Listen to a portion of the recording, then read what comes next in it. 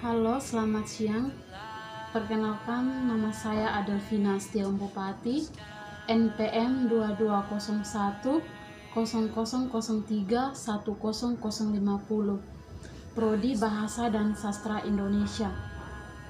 Di sini saya akan menjelaskan mata kuliah perkembangan peserta didik tentang perbedaan perkembangan biologis, kognitif, motorik, dan sosioemosional pada masa remaja dan dewasa.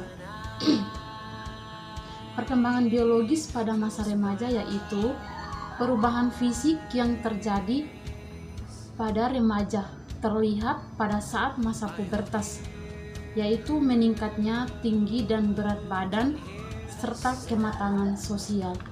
Sedangkan pada masa dewasa yaitu perubahan pubertas dan biologis utama termasuk perubahan pada organ seks, tinggi, berat, dan massa otot serta perubahan besar dalam struktur otak.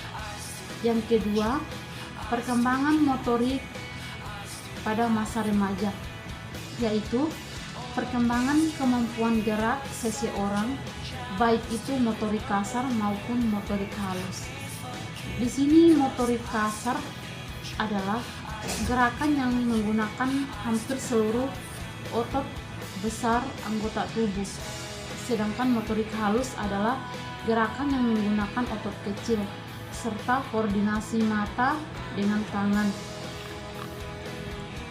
Sedangkan pada masa dewasa yaitu pengembangan pengendalian gerakan jasmani melalui kegiatan pusat syaraf, urat syaraf, dan otot yang terkoordinasi.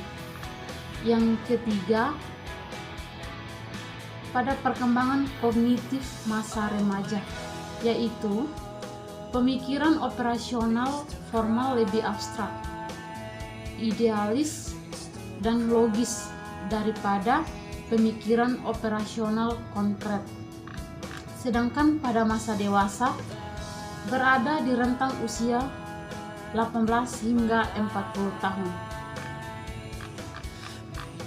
Yang keempat atau terakhir, perkembangan sosioemosional pada masa remaja, yaitu suatu perubahan progresif organisme. Dalam konteks ini adalah remaja awal yang telah mengalami masa pubertas, mulai berpikir tentang sekitar dan sekelilingnya. Pertanyaan yang kedua, perkembangan pranatal, tentang penjelasan perkembangan pranatal, yaitu dimulai dari pembuahan yang terjadi di pertemuan sel sperma dengan sel telur.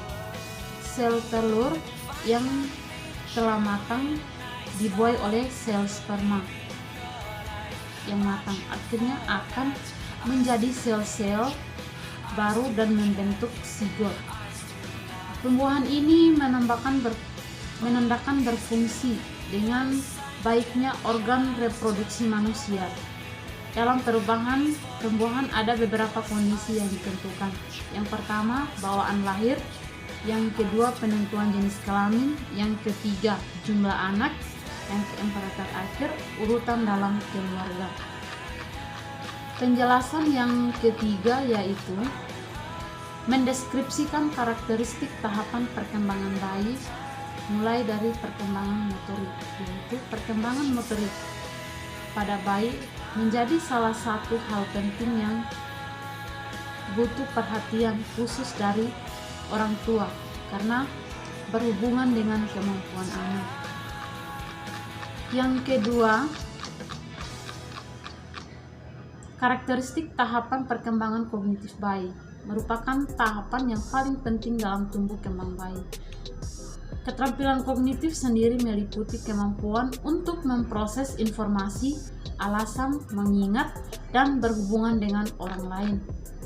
Yang ketiga, karakteristik tahapan perkembangan sosioemosional pada masa bayi, yaitu konsep perkembangan sosioemosional secara cepat.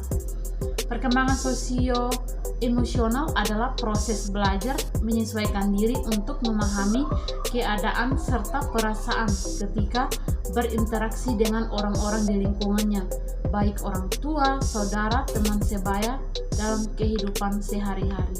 Yang keempat atau terakhir, karakteristik terhadap perkembangan biologis bayi, yaitu masa bayi di mana perubahan dan pertumbuhan berjalan sangat cepat, terutama yang terpesat adalah dalam tahun pertama.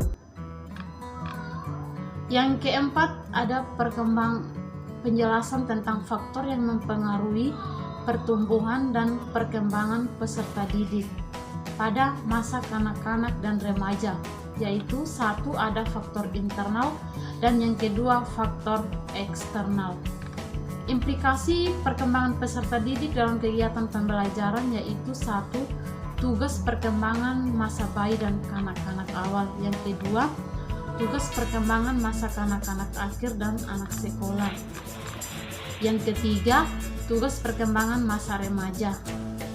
Yang